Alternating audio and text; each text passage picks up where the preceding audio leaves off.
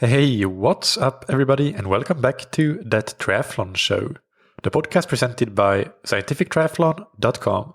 I'm your host, Michael, and this episode is Q&A number 122. Before we get into today's question, big thanks to our sponsors, Precision Hydration. Precision Hydration create electrolyte products that you can match to how you sweat. So if you lose a large amount of sodium in your sweat, for example, then you can get a very concentrated high sodium supplement that is very beneficial, especially as temperatures get hotter and races, events, or even training gets longer. Because if you lose too much of that sodium, then that can result in decreases in performance and a whole host of other things, including potentially cramping and nausea. On the other hand, if you are somebody that loses less sodium in your sweat, then you can go with the medium or low sodium supplements. And you can figure out where you are on the spectrum by taking Precision Hydration's free online sweat test on precisionhydration.com. You can also get 15% off your electrolyte order with the promo code ThatTriathlonShow15. And thank you to Roka, that are the industry-leading manufacturers of wetsuits, tri-suits, swimskins, goggles, high-performance eyewear, and prescription glasses and sunglasses. Roka got started in a garage in Austin, Texas, with the mission of developing the world's fastest wetsuit. And to this day, the Roka wetsuits are probably my all-time favorite Roka products. And their flagship model currently is the Roka Maverick X2, which is my racing wetsuit. But they have a whole host of other wetsuits. For example, I do most of my training in the Maverick MX, the max buoyancy wetsuit, just because I want to protect the Maverick X2 from unnecessary wear and tear. And I usually only train in it once before every race. But Roka have everything from entry-level wetsuits to that very high end. So anything and whatever your budget is in terms of wetsuits, you can find something that suits you. And a lot of athletes say that even Roka's entry-level wetsuits feel like at least mid-end, if not high-end wetsuits from other companies. They have things like the patented arms of technology and so on in them. So really, really great quality throughout their wetsuit lineup. You can get 20% off your Roka order with the promo code that you can get on roka.com/TTS. Now let's go to today's question, which is from John in Ohio, US, who writes, "Hello, Michael. Really enjoy the podcast and appreciate the effort you put into the great content. As a master's triathlete that has been in the sport for about 4 years, I am excited to put 2020 behind me and race in 2021. There are so many metrics to gather and track that it can get paralyzing. What would you say are the key metrics to track as you progress through the season? I heard you talk about mastering the power duration curve. Is that the best place to start? Also, I was wondering what your thoughts are on whether upgrading to WKO5 is worth it rather than using the premium version of Training Peaks for a self-coached athlete. Thanks and keep up the great work." Hi, John. Thank you so much for your question. It is a really great one. As is common, there's not a one-size-fits-all answer. So I will answer this from a couple different angles. By and large, it will depend, the metrics that you track will depend on your familiarity and understanding of different metrics, and also on what your ambition and commitment level is. For somebody who wants to really optimize their training to every last percentage point, it makes sense to track a few more things than somebody who maybe doesn't care so much about shaving 1 or 2 minutes or 1 or 2 seconds of their time in a race. But one thing that is unequivocally true, I would say, is that it should be simple. Even for the very advanced athlete with a deep understanding, tracking 5 to 10 key metrics can be simple and not at all paralyzing.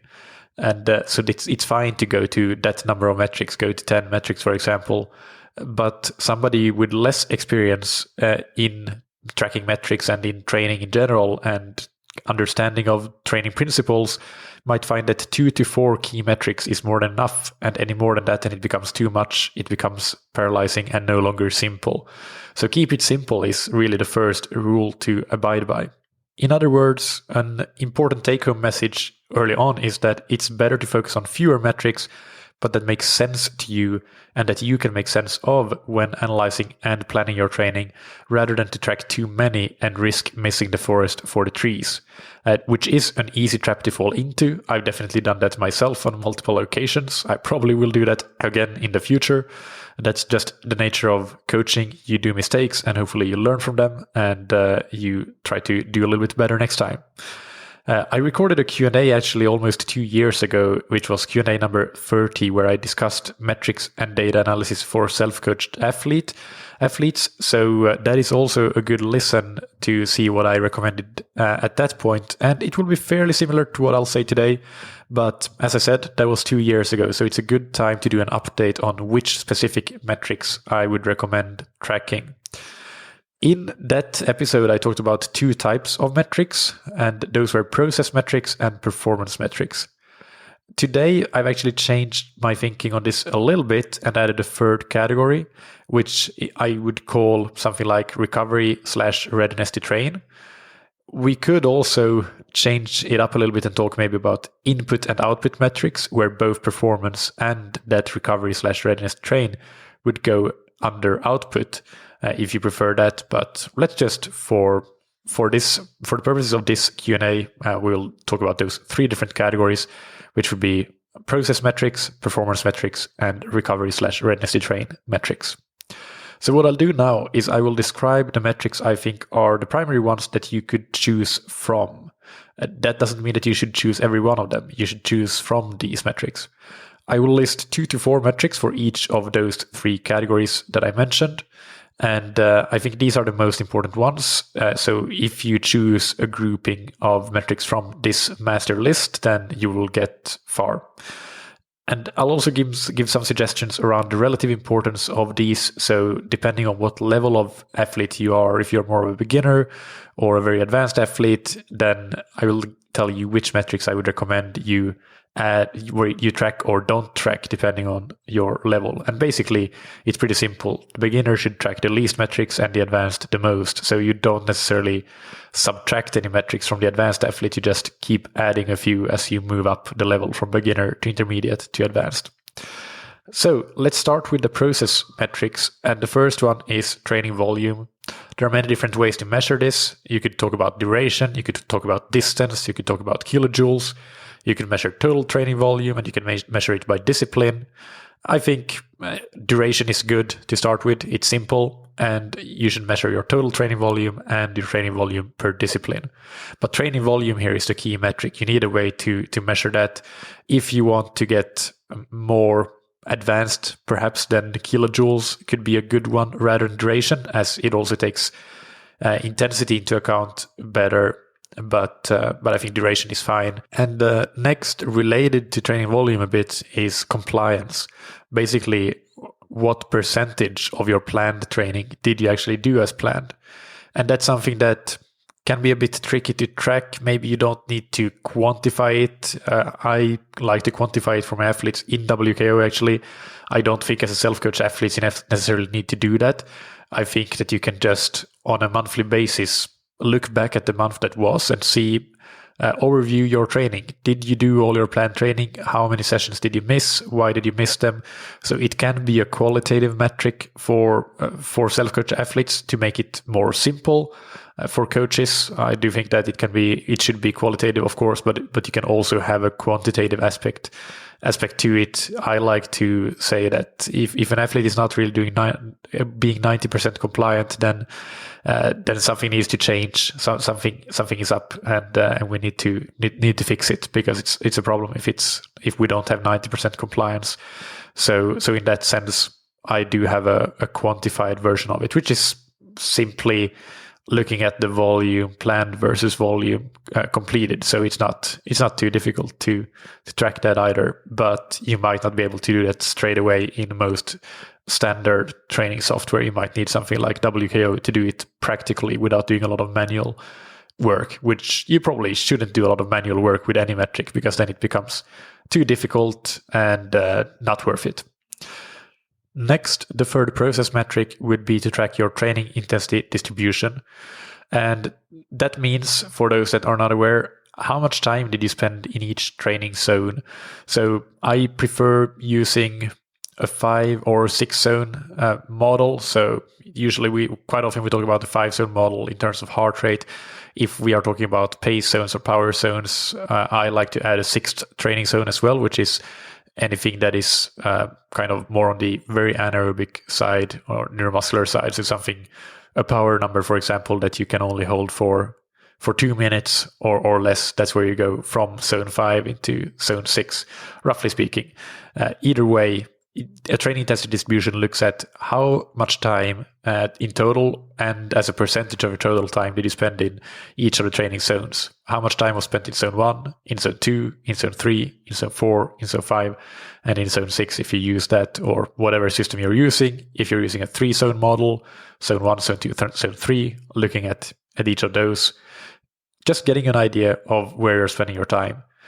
This can be done based on heart rate or pace or power, depending on which sport we're talking about and what you're using to measure it. So personally, I prefer looking at, I look at all of them, but the primary ones, I would actually use power on the bike and pace on the run as my main ones. Also looking at heart rate, even running power if an athlete uses that, but I would prefer to use power and pace. Those would be the primary ones to look at. On the swim, if an athlete is using heart rate, which I actually think is a great thing to do on the swim, just for retrospective analysis, not to train by, but then of course looking at the swim heart rate. But we don't have good data to do this sort of thing with swimming pace, so that's unnecessary. The fourth process metric is the RPE. So if you rate the rating of perceived exertion after each exercise, or after each workout, I should say. So let's say today your workout was a 4 out of 10, and tomorrow your workout is an 8 out of 10, and over the course of a month, you have rated each workout after the fact, and you get a certain distribution, you get an average. I like to look at that. I like to look at the average. Again, we need to look at it over a specific time span. So usually a month is a good time span with a lot of or enough data points. And also the distribution. Are you always somewhere in the middle, or do you have a lot of kind of relatively low intensity, low RPE training, but also some really hard training? That's generally what we're looking for. Next, going to the performance metrics group. The first and most important one is obviously race results. This is very simple. We don't need to go into detail on that, but obviously tracking your results is the most real way and real world way of seeing whether you're improving or not, because any improvement you're doing, you generally want to see that improvement translate to the race course. And yes, there are different courses, different weathers, and so on. So it's not the only thing we should be looking at by any means. But race results are still really important to track. Track each discipline, how you're improving, and the total times and performances in terms of average power, average pace, and so on. So various metrics related to race results, tracking that is very important. Next, we have performances in key workouts. So these are regular workouts, not tests, time trials, and the like, but things like, let's say you regularly do 6 times 3 minutes at kind of your quote unquote VO2 max power or effort, whatever you do. And that's something that you know that you repeat, or maybe you repeat it with some variation. Maybe sometimes you do 5x4, sometimes 10x2. Whatever it is, those are all comparable workouts that you can compare your performance to past performances with. So that's something that is not something that you can easily directly quantify, especially if the workouts are different, like slightly different variations on the theme, so to say. If they are identical, of course, you can compare and see how you develop, how your performance develops. But even if power is the same, you can look at things like RPE. How hard did it feel this time? What was your heart rate? And so on. So comparing key workout performances in various ways is something that I think is a really good way of tracking performance. It's not a metric, but not all of these are metrics, as you noted. Some of them are just things to be tracked, even though it's not a quote unquote metric. Next on the list, pretty obvious, tests and time trials. So when you do things like critical power tests, a 20-minute TT, whatever it is, if you do that, log that in your notebook or in your spreadsheet, in your training log, of course, and track your performance in these tests and time trials. There are various reasons for doing different kinds of tests and TTs. We won't go into the pros and cons of each here, but whatever it is, make sure that you track it, and then once you do a new one, look back at how you performed before, and let that inform whether your training has been successful or not. That's a pretty good way of doing things, and very straightforward. And the final and fourth performance metric that I have here is the power duration curve, or the mean maximum power curve. So I will go into a bit more detail on what that is later. But just really, really quickly, it is for each duration on the x-axis. So for example, for 10 seconds, for 5 minutes, for 20 minutes, for 1 hour, how much power have you produced as a maximum within a certain time range? You could say 3 months, for example. In the last 90 days, the last 3 months, what is my maximum 60-minute power, 90-minute power, 10-minute power, 30-second power, and so on the bike? Or it could be about pace on the run. So that's your power duration curve, and that is the fourth one on this list of performance metrics. And I will go into that in a bit more detail later on. And then the third group of things to track is the recovery/readiness to train metrics. And the first one here is heart rate variability, HRV, and or resting heart rate. I find that these two actually both work really well when you have, for example, a sickness come on. You can see HRV go down and resting heart rate go up, and it's quite typical for them to be negatively correlated in that way, whatever the reason for a change in HRV or resting heart rate being. If you had a bad night's sleep, HRV will be low, resting heart rate will be high, things like that. So you could choose either one of them, or you could use both. I am partial to the HRV for Training app. It's a one-time fee of, I think, €9, and then you have it for life.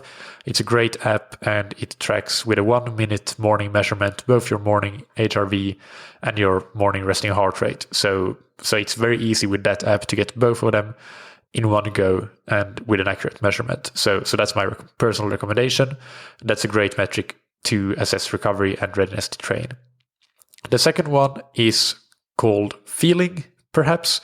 At least it is in WKO. Feeling refers to the smiley faces you have in Training Peaks to rate how you felt on the day of the workout or during the workout. So if you are a Training Peaks user, which you are, but for the general listener, Training Peaks asks you to rate not only your rating of perceived exertion on a scale from 1 to 10, how hard was this workout, but also how did you feel today? Did you feel very, very strong? Then you have a smiley face with a wide smiling face. And if you felt very, very weak, then you have a really, really weak looking emoji there. And then you have everything in between. You have 5 different smileys to choose from, essentially.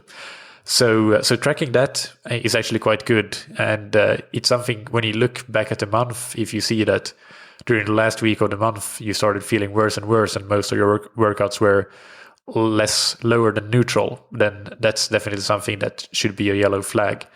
So that's the second thing to track. And like RPE that I described above, you can quantitatively track it in WKO and import everything.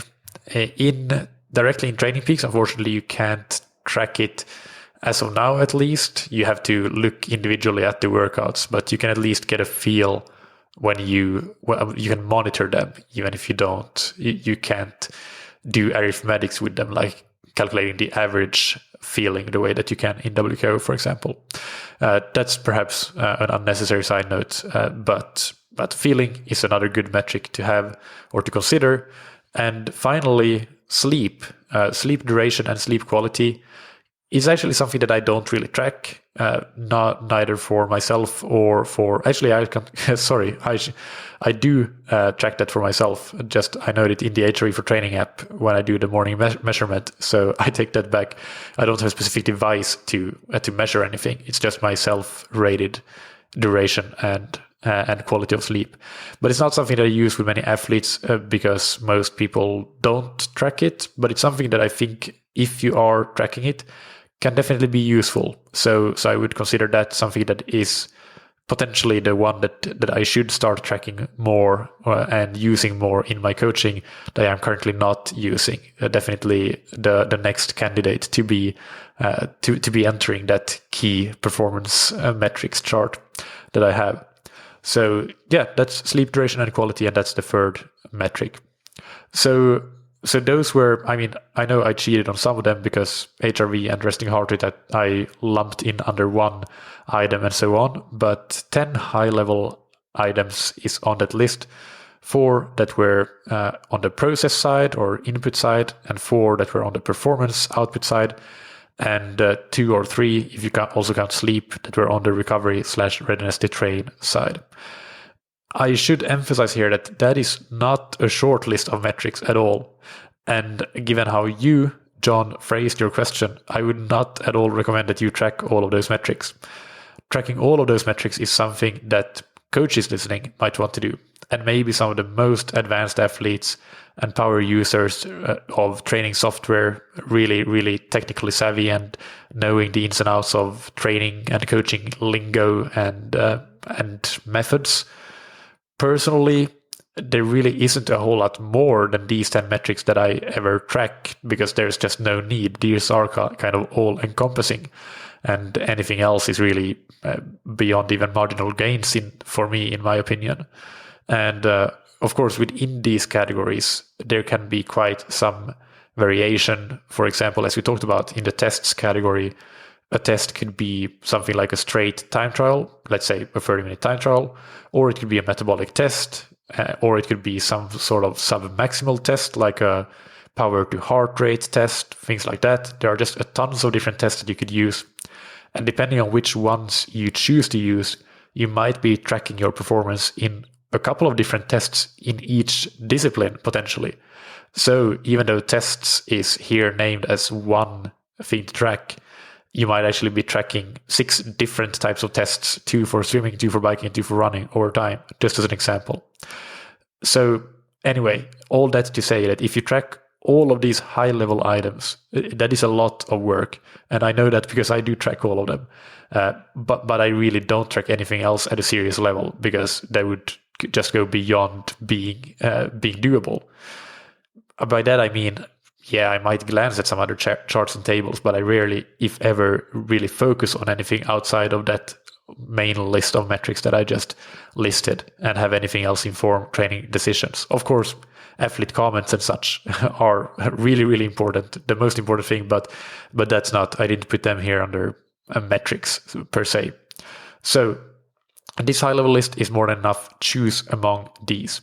And what I will do now is recommend a basic set of things to track based on the level of athlete you are. And here I'm assuming for self-coached athletes. So self-coached age group athletes. And let's start with a typical beginner. I would say you can do really well with only 3 metrics.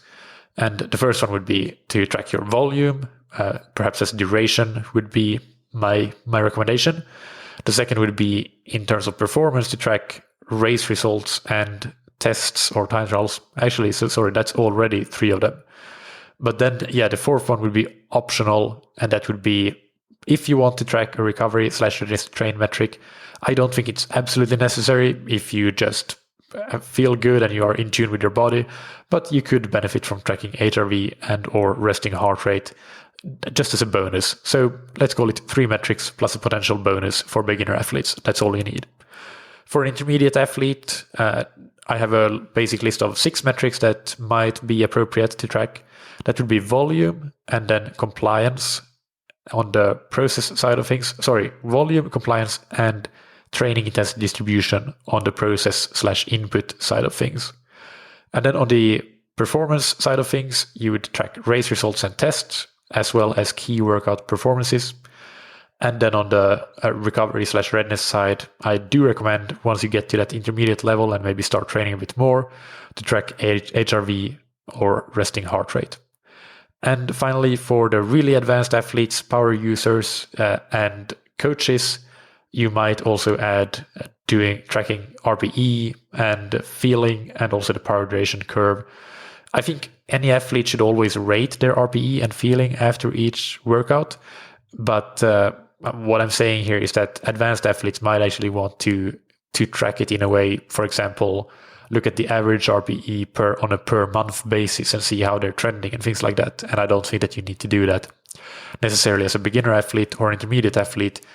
There, what you need to do is just consider at the moment of rating your workout, well, did that match the purpose of the workout? If you had a moderate ride planned and you rated your ride a 10 out of 10, then something went wrong there. You shouldn't have gone quite that hard. And just let me talk a little bit about the reasoning behind this selection of metrics for the different groups. It's simply a trade-off between benefit and cost. Cost not in terms of money as much as in investment of time and energy, and also in the risk of losing sight of the forest for the trees. Basically, you could be in a situation when too many metrics is like juggling too many balls in the air at once, and you drop them all. So that's what you want to avoid. For a beginner athlete, for example, it would actually be great to track training intensity distribution. It is important for beginners. That is why one of the things that a coach can contribute with to a beginner athlete. But is it absolutely necessary for the beginner athlete to improve? No, I don't think so. Once you have a really good handle on your training volume and how that impacts your performance and your recovery/readiness to train, then you might want to take the next step and start worrying about training intensity distribution.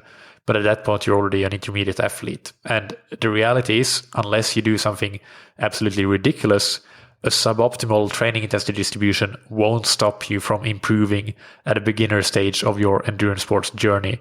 But a mistake in volume, one way or another, just might, especially when we're talking about increasing volume too fast. As another example, intermediate athletes could absolutely benefit from using the power duration curve, even though I only place that for the advanced athletes or coaches category. It would be beneficial to understand the performance that they get out from the training input that they put in. But the issue here isn't so much that intermediate athletes wouldn't be able to use it or benefit from it. It's just that this level of athlete, intermediate athletes, tend to be ambitious but normally time restricted. And there is a tendency for these athletes to maybe start spending too much time looking at and dissecting things like the power duration curve and actually giving it more credit than it deserves. And spending that precious time training would actually be a better choice of use of time. So the power duration curve, while great, can act as a distraction and even as a gateway drug to other things to track that are not at all very relevant, in my opinion, just due to the fact that to really track the power duration curve, you're going to be looking at getting software like WKO or Golden Cheetah. But of course, this is only my personal recommendation for these different groups. And it's also important to point out there will be all sorts of different in-betweens, special cases. You might be advanced in one department and beginner in another. So, of course, you could mix and match. But I wanted to give you just a bit of a suggestion for how I view which metrics might be important for what type of athlete. Now, let's talk a bit more specifically about the power duration curve first, and then whether it's worth upgrading to WKO. First, again, I will repeat just quickly what the power duration curve is. Imagine that on the x-axis you have a time scale. So on the far left you have very short times, 1 second, 5 seconds, 10 seconds. And then as you go right, you get really long durations. Well, you get from the medium durations, 5 minutes, 10 minutes, 20 minutes, and then you get 1 hour, 2 hours, 3 hours, and so on. It's a continuous scale, usually logarithmic, but let's not get too technical with that anyway. And basically you can plot what is the maximum power you have produced within a certain time period, usually, let's say, the last 90 days for each of those durations. So of course, if the longest you've ridden is 3 hours, then your power duration curve will end at 3 hours. But it will take the highest power you have produced for 5 seconds and plot that on the 5-second mark on the y-axis, and it will take the highest power you have produced over 10 minutes and plot that on the 10-minute mark as a power on the y-axis. So you will get a curve that has a particular shape, and of course is highest on the left end where the duration is very short, from 1 second, and is the lowest on the right end where the duration is very long. And we're talking hours there. If you have done maximum efforts over a few different durations, for example, let's say 30 seconds, 2 minutes, and 15 minutes, then software like WKO can actually model a continuous curve so you can get an estimate for what your maximum power or any duration might be, not just the durations that you've actually done a maximum effort over. Note that this is just that, it's just an estimate, and it's fully dependent on how well you are, quote unquote, feeding the model with good data. and it does need enough maximum efforts over different durations to be valid. That's very important to emphasize. Now, all of that is great, but I do put the power duration curve firmly in the coaches or very advanced athletes category in terms of training tools or tracking tools, because in my opinion, it is still a marginal gain when it comes to planning effective training. You can get most of the benefits of using the power duration curve by maybe simply selecting some tests that you repeat every once in a while, like a standard 3-point critical power test, which could be like a 3-minute all-out test, a 6-minute all-out test, and a 12-minute all-out test, plus maybe a sprint, like a 20-second sprint. And that is also what athletes using, for example, the inside remote testing protocol are used to doing. So 4 data points like that of different durations and where they sit relative to each other will tell you the same thing that the power duration curve can, which is, are you relatively speaking stronger at the shorter or the longer durations, or do you fall somewhere in between? So selecting a good and appropriate test will almost replace the need for using the power duration curve much.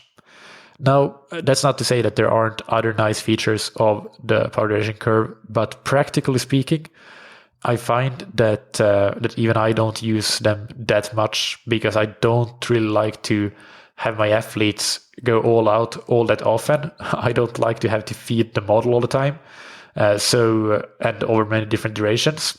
So yeah, it's rare that a power duration curve for my athletes is absolutely like up to date and absolutely reliable. So obviously that means that I can't really rely on it as much. So that's just my personal preference. Of course, there are coaches that do feed the model well and that works with their philosophy and system. It's just not the way that I prefer to coach. What I do like the most about the power duration curve in WKO is that I can compare the power duration curve for one particular athlete between different time periods. Of course, I do need to have some good data in there for this to be a relevant comparison. But for example, I could take the last 3 months here as we are in January, so November, December, and January, November 2020 to January 21.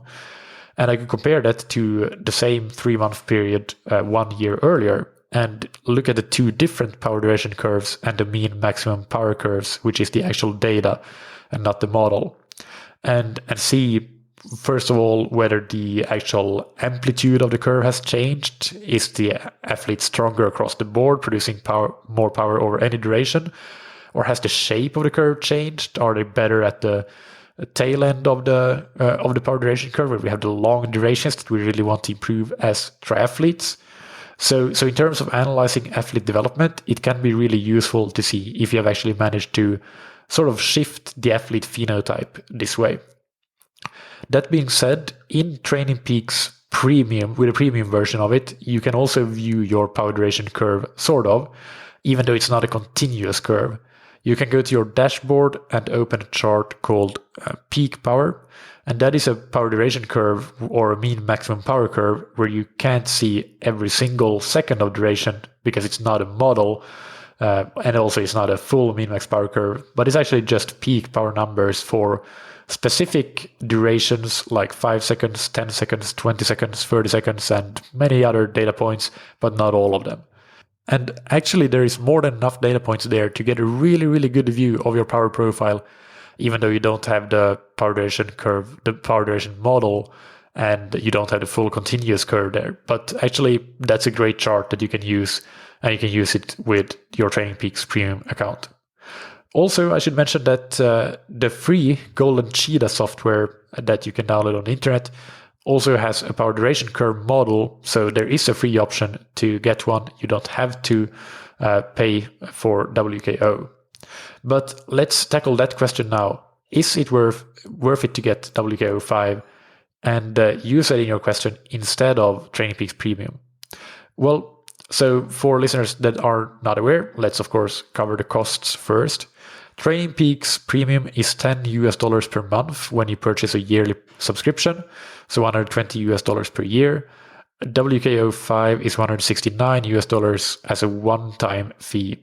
So after 17 months of having Training Peaks Premium, you're actually ahead with WKO. Now, the problem with not using Training Peaks Premium, but using the free version, is that while it's doable, you can't plan in training on future days in your Training Peaks calendar on the free version, which is a pretty big feature to miss. And that's obviously why they have it on the paid version, to get people to upgrade to the paid version. You can understand that.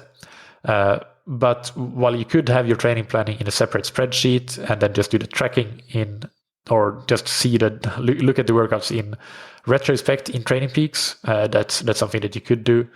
But I think that unless you absolutely have to use WKO, and you can't have both that and Training Peaks Premium for whatever reason, generally speaking, 9 out of 10 or 99 out of 10 athletes should choose Training Peaks Premium rather than WKO, because Training Peaks Premium actually gives you a lot of nice tracking and analysis capabilities in itself. It really is quite good.